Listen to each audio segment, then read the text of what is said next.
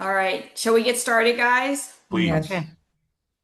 Okay, so welcome everyone. We are absolutely so grateful for especially our returning volunteers and also our new volunteers who've decided to join us. Thank you so much. We are so excited that you are here. We are going to hopefully get through this in 30, 45 minutes maximum. I think we can make it. For those who have volunteered at the 4th of July parade before, there is not, we're doing it just the way that we've always done it. So we've got some exciting developments as far as having new acts. We've got five marching bands plus a drum corps this year. So it's going to be a very, very loud parade, which everyone's really excited about. My kids are super excited about it. And then we also have some new leadership. So I'll just introduce myself. My name is Nia Tavalaris. I was a volunteer last year at the parade and joined this year as co-chair. I'm going to hand it over to Lisa in just a second.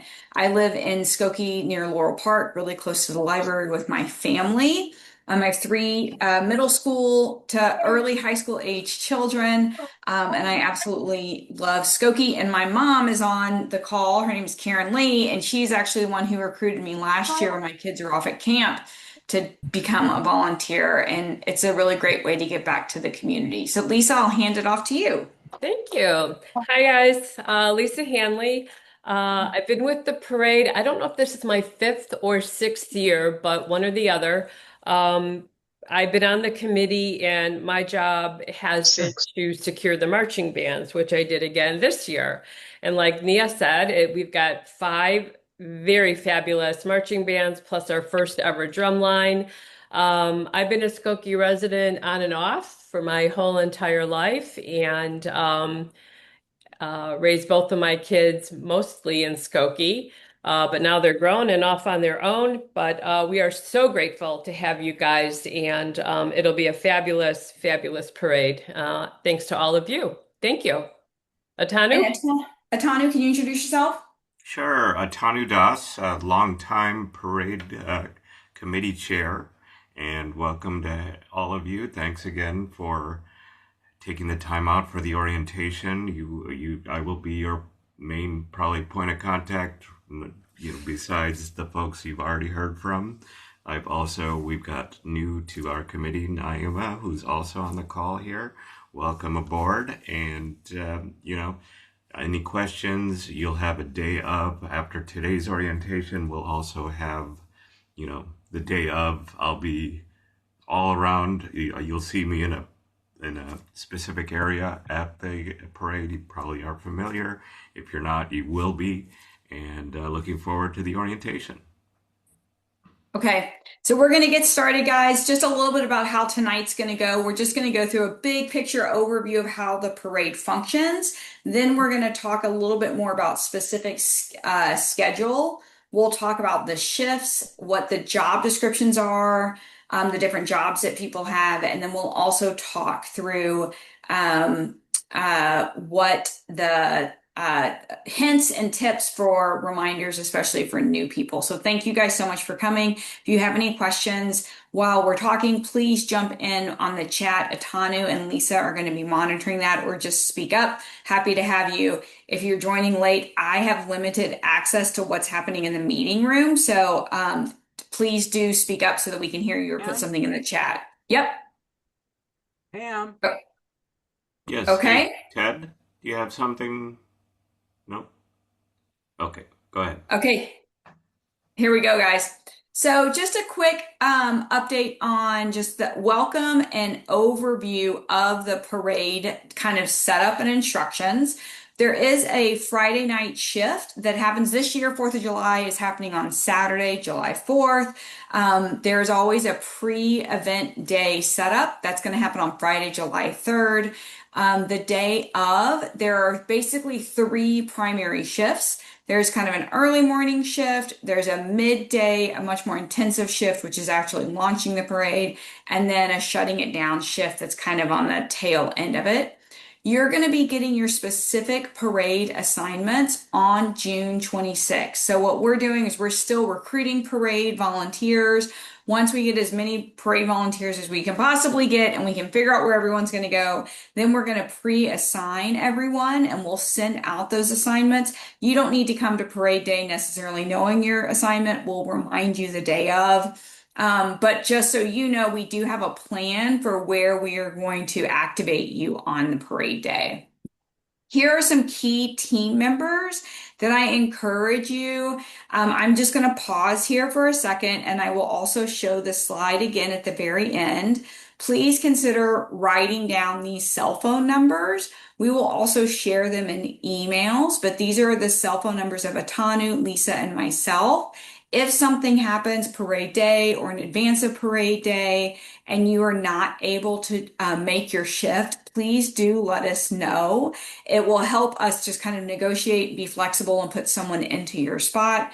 And so we appreciate it. So please feel free to write these numbers down or take a picture of the screen and record these numbers later. You can text all of us at the same time. That would be preferred, so we all get the message at the same time. If texting isn't your thing and you want to call us, we are all people who know how to answer phones, so feel free to give us a call also. But if you've got your phone and you can take a picture of this slide now, that would be great. Otherwise, I will share it at the end again. So maybe grab a pen and a piece of paper. So what actually happens at parade day? Just for some orientation, this is a picture of Oakton Community College. What you're looking at is you're looking south over Oakton. So the strip, this kind of area right here, this parking lot area right here is called the North Parking Lot. This over here is the South Parking Lot. This is where most of our activity is going to take place. During the day, between 7 and 11:30 in the morning, there's a lot that's going on. We've got volunteers coming in and checking in. We're going to do the 9:30 day of orientation. We'll repeat a lot of this information day of. We do ask that you're there by especially 9:30. Our parade units are going to arrive. Parade units are the acts that, in case it's your first time for a parade, those are the groups that are marching in the parade. We refer to them as parade units. Our parade steps off, which is like my favorite parade term ever, at 12 o'clock. That's what it means to start a parade. It's called stepping off. Our parade starts at 12 o'clock. And then between 1 and 3 p.m., from a volunteer perspective, most of the parade units have launched. And then what we're doing is kind of our cleanup and wrapping things up and cleaning up our staging area. Some of the units, many of the units, especially those big marching bands, Jesse White Tumblers, they actually have to leave our parade and go to another one. Interestingly enough, some of those units are actually coming to our parade from another parade. So sometimes they can be late coming in for staging because they're coming, say, from Wilmette, and maybe they're going to Evanston when we're done. So it's really kind of a bit of a chessboard getting all the units that are visiting multiple parades during the day, getting them in and out. But we'll talk a little bit more about that. So just as a little bit, in case you don't know where the Skokie parade route is. So right down here is Oakton Community College. Here's that south parking lot we were just looking at a picture of. That's our staging area. This is where all the parade units come in the morning and get themselves organized and get ready to walk and march in the parade. They exit the Oakton Community College. They head kind of northwest up Lincoln. They take a right turn on Niles. They then take another right turn and they head back east on Oakton. So they're marching on Oakton. They're going through downtown. They're marching, they're marching, they're marching. They cross the railroad tracks and the Crafty Beaver, and they land here in front of Oakton Park. That's the end of our parade. It's just a little under 1 mile. And that's where they end. And then they either leave from here because maybe their bus is over here. We'll talk about that in a second. Or they make their way back through our shuttle carts back to Oakton Community College. So we'll talk more about that. But that's just an orientation to where the parade travels.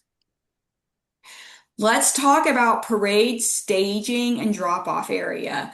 So parade staging is exactly what it sounds like. That is where units come in and stage and get ready to march in a parade. So let's pretend you're a Boy Scout troop and you've got 25 different Boy Scouts coming in. You tell all those Boy Scout parents they're going to meet you at the Oakton Community College South parking lot. You've got parents that are dropping kids off. They're dropping them all off probably between 10 and 10:30 in the morning. You're collecting all your Boy Scouts. You're making sure they drink water. They don't overheat. They've got their banners. They've got their numbers, and you're collecting them in the South parking lot of Oakton College. So just a little bit of orientation here. This space right here where my cursor is, this is a turnaround. It looks like this on the ground, this picture here. Let's go back to that Boy Scout analogy. If you're a parent dropping off a Boy Scout, you're not coming in here and parking here because the only thing that's in this big parking lot are parade units. That's where we've got the Medina, the guys on the carpets and the marching bands and the Jesse White tumblers and the mayors and all those people, they're all staged in this area ready to be launched off. So parents who are dropping their kids off, they're not dropping them off and parking their car here. They're dropping their kids off in this turnaround area. We actually are going to have some volunteers that are making sure that those kids are getting to their right group. What happens in this parking lot is that people line up by unit in a particular order, and that order is the way in which we release them so they can march in the parade in the order in which we know that we want them to march. So all the parade units begin to arrive around 10 a.m. If there are people who need to park a car, let's say they're like, I'm actually in the parade, but my car is not in the parade, we allow them to park in the north parking lot. So they're going to take this little side road up here and they're going to be able to park in this north parking lot. The only vehicles though that are in this lot are vehicles that are actually in the parade. So you're either a person or a vehicle in the parade. That is what is in this lot, and you're organized by how we're going to release you into the lineup of the parade. Parents will again drop kids off in this parking in this kind of turnaround area, or just not parents, but just other people who are getting dropped off in this turnaround area, and we'll help them find their units. Here's another kind of version. You're going to see this map, but in a more detailed form on parade morning. So we're going to distribute this to you guys. And what's going to happen is in very small letters, you can see that it says unit, unit, unit, unit. What's going to happen is that these units, there's going to be units assigned against all of these parking areas. Okay. And what's going to happen is that like those Boy Scouts, they're going to be assigned, let's say to E, their assignment is row E, unit 12. And then we all know that this is where those Boy Scouts go, so that when we launch the parade, they exit, exit, exit. They come out of the parade. They march, march, march, march, march. And then boom, here they go. They're on the parade and then they take their route and they go around. So lining people up in the right order is really important. It's the biggest part of what we need our volunteers to help us do. There are people that are called row captains. Row captains help us organize people in this row. They let us know that everyone's there and they help release people. So you're going to see another version of this map, Parade Day, where it's going to be more detailed with more information on it. All right, let's say people are going to ask you as a volunteer, I need to pick up my Boy Scout. Where do I pick them up at the end of the parade? Now you'll remember they marched all the way from Oakton, up, up, up, up, up, down, from the community college, up Lincoln, down Oakton. They're now over here in front of the Skokie swimming pool. Those little kids, those Boy Scouts, their little legs are tired. Mom and dad want to pick them up. Where do they pick them up from? There's a couple places they can pick them up. One, we could potentially give them a shuttle ride all the way back to the north lot. That's usually reserved. Some people will know if that's happening or not. Most people, though, are going to get picked up in this circle area here, which is the tennis courts at the back of Oakton Pool. So for those of you who are familiar, Here's the Oakton Community Center is right here. This is the end of the parade. This is the viewing stand. This is the parking lot. This is the big swimming pool, the big Skokie Water Park playground. There's a big park. There's a baseball diamond over here. And way back here, there's actually some tennis courts and some pickleball courts that we've recently built. Thank you, Skokie Park District. And back here is a parking lot. And that's a great place for people to pick up their parade attendees. We'll give you guys a map of this the day of. We'll remind everyone so that if someone asks you as a volunteer, where am I supposed to pick people up? You know where to send them. Go to the tennis courts parking lot behind Oakton Park. Okay? So let's talk about jobs and shifts, what you guys have all volunteered to do. There are 4 shifts. Friday night, there's one, and then there's 3 shifts on Saturday.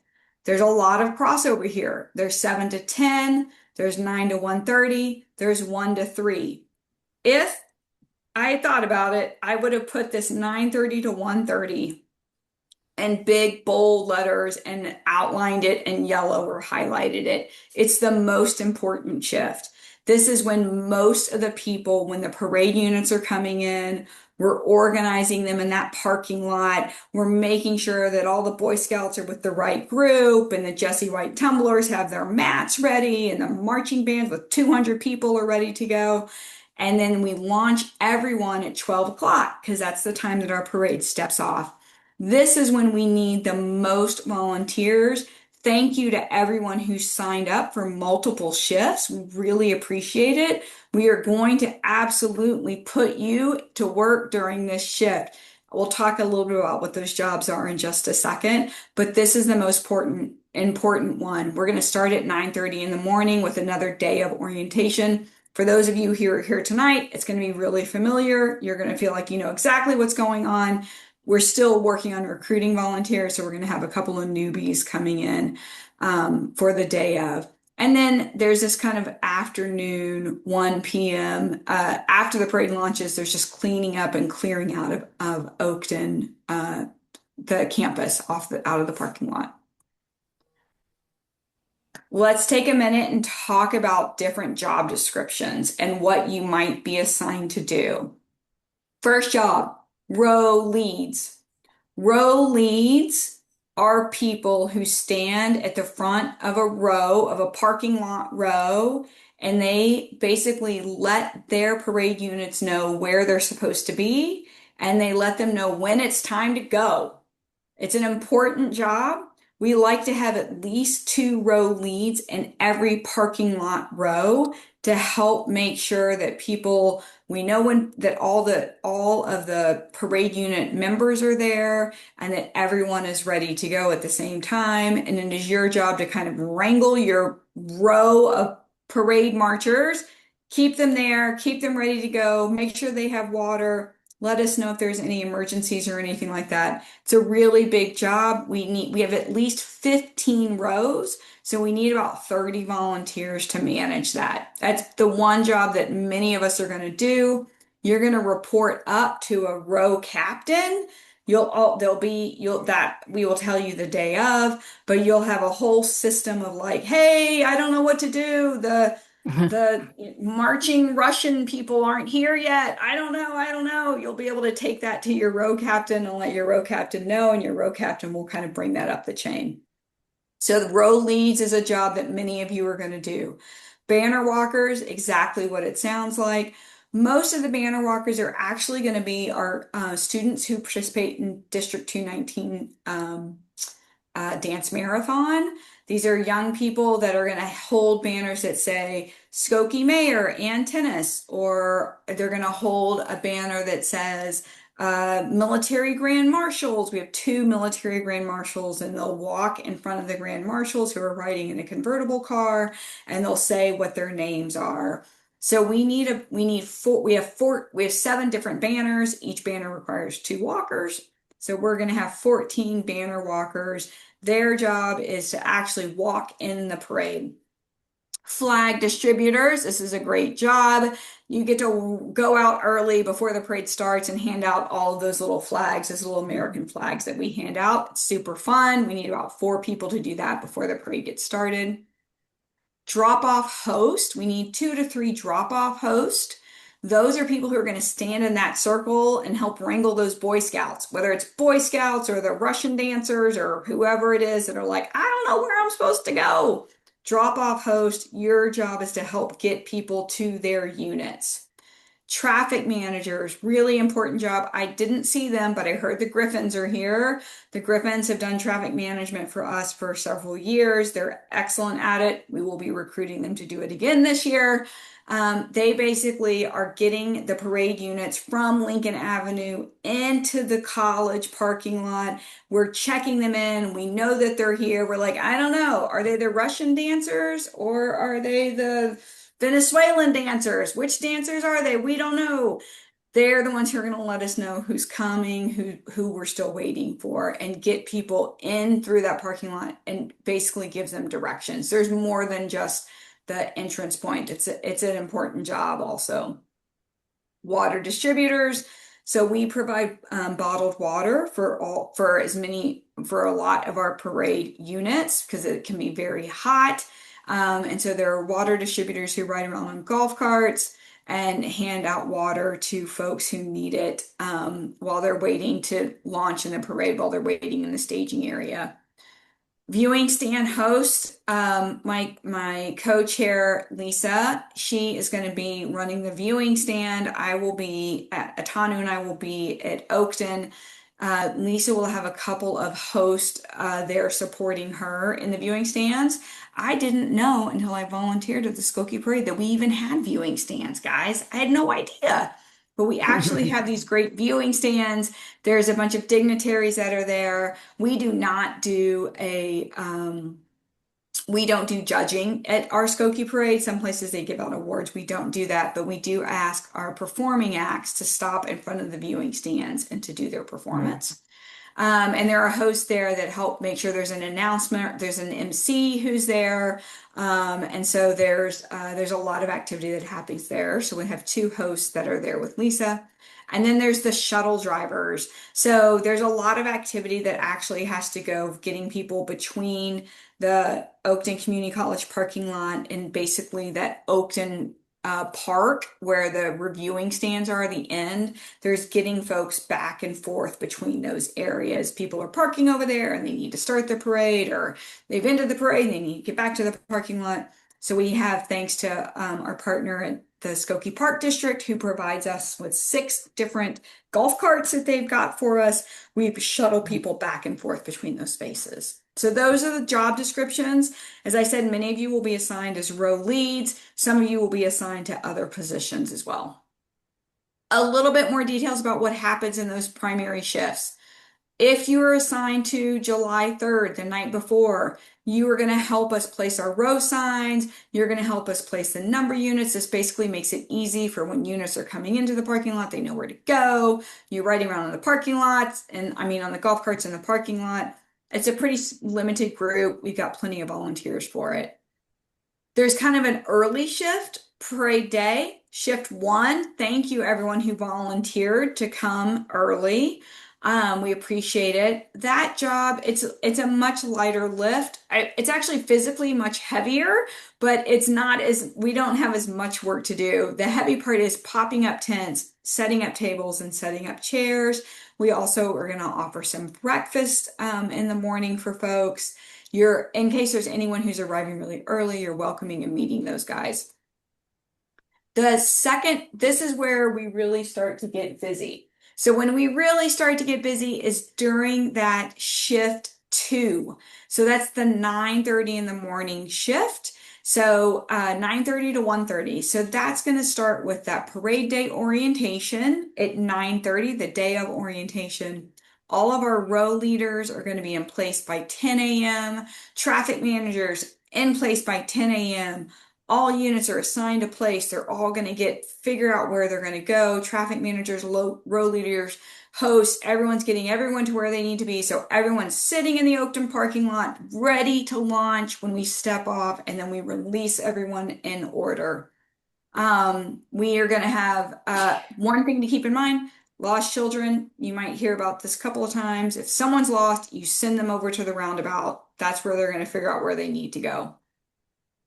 There is then shift 2B, which is the actual launching. So once we get everyone situated, there's going to be a moment where we're going to say, go, parade steps off, parade launches. It's great. It's a pretty cool moment. I never experienced it before, but it's pretty fun. People start rolling out of this parking lot, marching in the parade. There's a ton of energy. As people are rolling out, what we're trying to do is we're trying to make sure, one, that no one gets hit by any moving vehicles. There's a lot of people, there's a lot of moving vehicles, so we're watching out for kids in car human accidents. We're also making sure that the pacing of the units, that we're trying to get them paced correctly to get out of the parking lot, and we're getting them on their path. Finally, if you're a lead, once your row has cleared out, you're going to make sure and pick up any trash that they've left behind. So maybe they've got some empty water bottles, or someone had some streamers, or who knows what they left behind. But we have a responsibility. We have to get all of our trash out of that parking lot. And then there's the cleanup shift. The cleanup shift is going to go really easy because all the trash is going to be picked up already. We're going to get people back. The biggest work for the second shift is really shuttling people back and forth between that north lot and up at Oakton. This map here is kind of all the parts of the parade. So this blue line, so here we're going to start at the staging area. This is where we all start together in the morning, no matter what your volunteer job is. You're going to start in the staging area of Oakton College. The parade is going to travel this blue line. Here we go again. We've seen this before. Lincoln, up Niles, down Oakton. Here's that viewing stand. Here's the end of that. People who are exiting, okay, when people are leaving or they're trying to find their people who've just marched in the parade, where do they go? They go the other way down Lincoln, so south down Lincoln, across Howard. We've given all of our parade partners the parade units these instructions. They then go up Costner, head north on Costner. Now, if they're one of our big giant marching bands, which we have 5 of, they're going to roll all the way up to Oakton and they're going to come park basically on the street here. So when they get those 200 high school kids from Iowa who've just marched down our parade and they got to get them over to Wilmette, those kids finish up here. They load up onto their marching band buses right here. But let's say we're back to our Boy Scouts and our Russian dancers. Here's that small tennis court parking lot right here. This is where those kids are going to go. So they're going to finish here. They're going to go past the pool. They're going to go wait for their people here. Their people are either parked in this parking lot or parked somewhere here in the neighborhood. So the people who are picking them up can travel this way to get to them. Finally, just remember as a volunteer, your own checking in and leaving.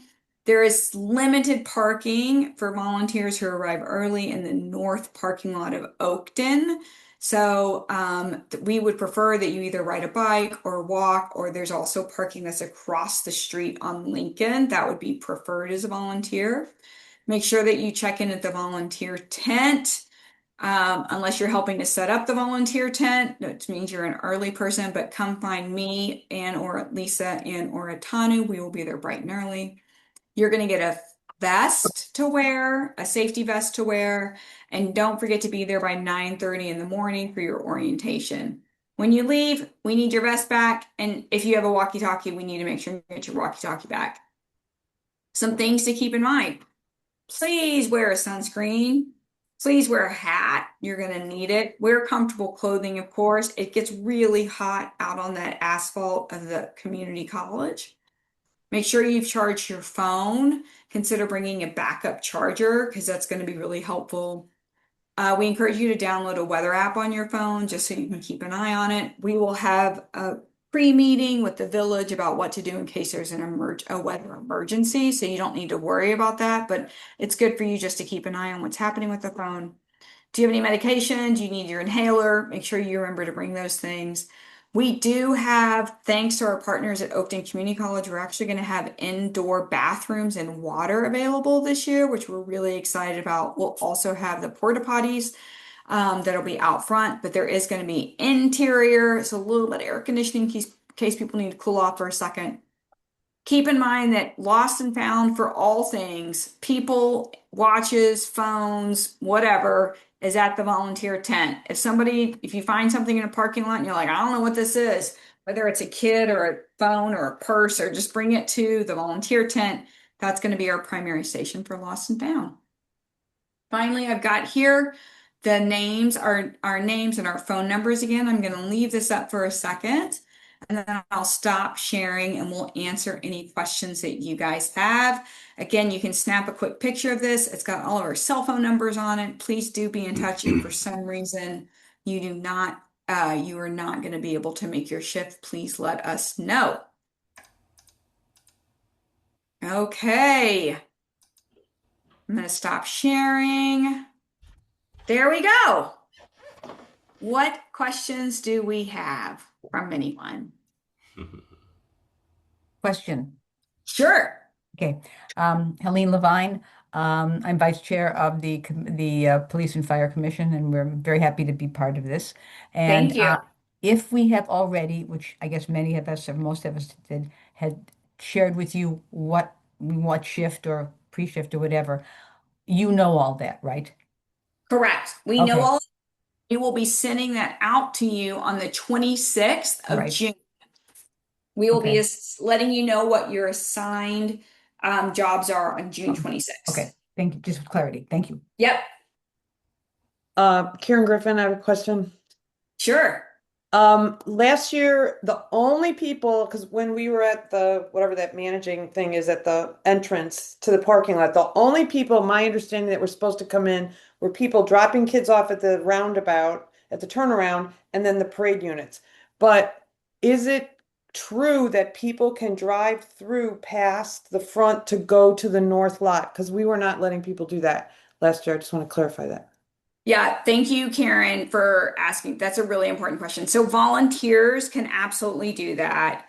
People who are dropping off so you're right. It's basically the same that it was last year, especially once we get going, really at 10 a.m. So if we've got some volunteers that are showing up early and they want to go park in the north lot, that's fine. They're not going to be able to get out until we've already launched. But once we're really stationed and things are moving, the only people that can come in, and remember, these are people that have already made it through the police line. So units get a pass that allows them to get through the police barricade, first of all.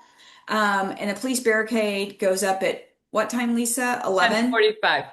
10:45. So anyone who's coming up after 10:45, they've got a pass that's supposed to let them in, like into our area generally, meaning they're in the parade. So hopefully there is no one there who's coming up to you at that time because they haven't made it through if they've made it through the police barricade, then they're supposed to be there. Okay. So if I maybe add a little bit too, you guys have been really good with that kind of first pass, like call it like gate check right there. I would say first thing, who are they with? Are they with a parade unit? Maybe have them show you the pass. If it seems to be after that 10:45, it's getting late. Somebody you think may or may not be there or should be there. Let's ask them those questions. Are you a volunteer? I'm looking for parking. I really, I'm here to volunteer. Get that idea, but I would say if it's really late, we ought to be more careful because, right, imagine that time 10:45, lots of traffic up and down that lane, human, pedestrians, Right. activity everywhere. So if we can keep cars to a minimum, I'd say let's do that. And most likely, again, as Nia mentioned, they would have already passed. They probably do belong, and we'll make the accommodation. But be mindful of that. Okay. Thanks. And you will have that job again, Karen and Jean, just FYI. In case you wanted a new job, we can talk about that next year. No, we're This happy to year. do it. We're happy. We're happy to do it. Are there any other questions? This is Karen Lee. Sure. Last year we had I don't know if you remember or not, but we had two or three of the marching bands show up at the same time. They were coming from other parade locations, and every one of them got off the bus and then got in line for the two porta potties that were available. So, how many bathrooms are we going to have, these people going to have? Because they're coming from other parades. Right. And the first thing they do is get off and stand in line for the porta potty. It was from because that my job was to coordinate and get the bands in line. So when you say they're going to have interior bathrooms, is that Yeah. where we're going to direct them, or the bathrooms only for volunteers that are inside? No. So we have Jim can actually weigh in on the number of porta potties that are being delivered. So we are still going to have porta potties outside. Plus, we have added access to the interior restrooms at Oakton Community College. So I don't know exactly what the number of stalls are, but we have much expanded the access to bathrooms for Nia, the parade units. Nia, there's about 10 stalls in each of the bathrooms. Perfect. So we got 20 more flushing stalls, guys. It's going to be great. Everyone's going to be happy. So it's really we're really grateful that our partnership with Oakton Community College that they were willing to open this up because it's complicated, right? There's like security and they got to block off the college, so it's not easy just to open up that building and let us use it for a couple of hours and have people wandering in and out. So we're really grateful for that partnership that they've done that. But that's going to make life for everyone a whole lot easier, the bathroom. We are still going to have, just so you guys know, and we'll talk more about this at 9:30 parade day. We are still going to have parade units that are coming in from other parades and having to leave to go to other parades. And so although our goal is to have everyone get lined up and staged inside Oakton Community College, it's quite possible that we may have to have some folks actually stage on Lincoln, that the police basically open the barricade. They imagine they're letting in a couple of big charter buses. There's a bunch of high school kids in marching band uniforms getting off right on Lincoln Avenue and just feeding right into the parade, depending on how long it takes them to get from parade A to the Skokie parade. So we're just going to be flexible around that. We're going to relocate some of our more experienced row captains and row leads onto that staging area right there on Lincoln to meet those buses in case we need them. If anyone experienced last year's Jesse White Tumblers fiasco, it's going to be a little bit more organized than that, where they didn't show up until the very end, and so we stepped their kind of units, their line stepped off, and we sent them to the parade, and then they came in at the end, and we were able to get them actually at the very end. So we'll be flexible; it'll be fine. But it's gonna be a lot. This many marching, it's a lot of marching bands. There's a lot of people we're trying to organize. I think total, Lisa, we're talking about 1,000 like 1,000 per participants in the parade, probably. Yeah. Yeah, So one of our marching bands has 200 marchers. yeah. Um, and just so everybody knows, we have three marching bands that are coming from Winnetka. Winnetka's parade begins at 10. So they are going to be coming in, you know, we're not anticipating all three of those bands to be able to make it into the staging area. So they will be staged on Lincoln Avenue in between the entranceway to Oakton College, down to Howard Howard. on both sides of the street. So we've already had communications with Skokie Police, and they're aware of what we're going to have to be doing, and they'll be let in. And just so you guys know, you're going to receive the same parade day packet as all of our units receive. You will be receiving your parking pass to come in. So, be on the lookout for that, like Nia said, June 26th, Nia, I think. Yep. June Yeah. 26th. hmm So it'll be an exciting time. Is all I It's gonna can be great. say. It's the best community parade we could ever want, guys. It's gonna be Yeah. awesome. And we could not do it without volunteers. With that said, we still need volunteers. So if you're like, oh, sure, my best friend was going to do it, and you think that they've signed up, just encourage them to make sure that they've signed up. If you've got like kids in town or adult children in town, please, adult children only or 16 and up only, encourage them to sign up. We are a little bit shy on the number of volunteers that we need for that 9:30 to 1 period. Many folks who will get released as soon as we get the parade launched. But we do need folks to help manage those rows of parade units. So encourage people to step in. We are working really hard. In the past, we've had folks come as early as 7. We're trying to limit that number and really just have people come at 9:30 for that orientation. Parade units will start showing up at 10. There's a 2-hour window between 10 and 12 when the parade steps off. Once the parade steps off and your row is cleaned up, for the most part, people are good to go. So we're trying to be more kind of thoughtful about that timing that we actually meet people there. So you're not waiting around. I will say that one of the things that happens is that we know that we will lose folks who have said that they're going to volunteer and then something happens. Their kid gets sick, they get sick, their car breaks down, they can't come. So we always have to over recruit. And sometimes we do have more volunteers than what we can actually deploy. And so we appreciate your patience. We appreciate you showing up and being willing to be there. If it turns out that we have more volunteers than we need, we will happily release you. But it's this delicate balance of trying to recruit enough and not too much so that everyone's got a job. But then we're not like having people doing too much, just standing around and feeling not helpful. Are there any other questions? Okay. So everyone has Atanu's email address.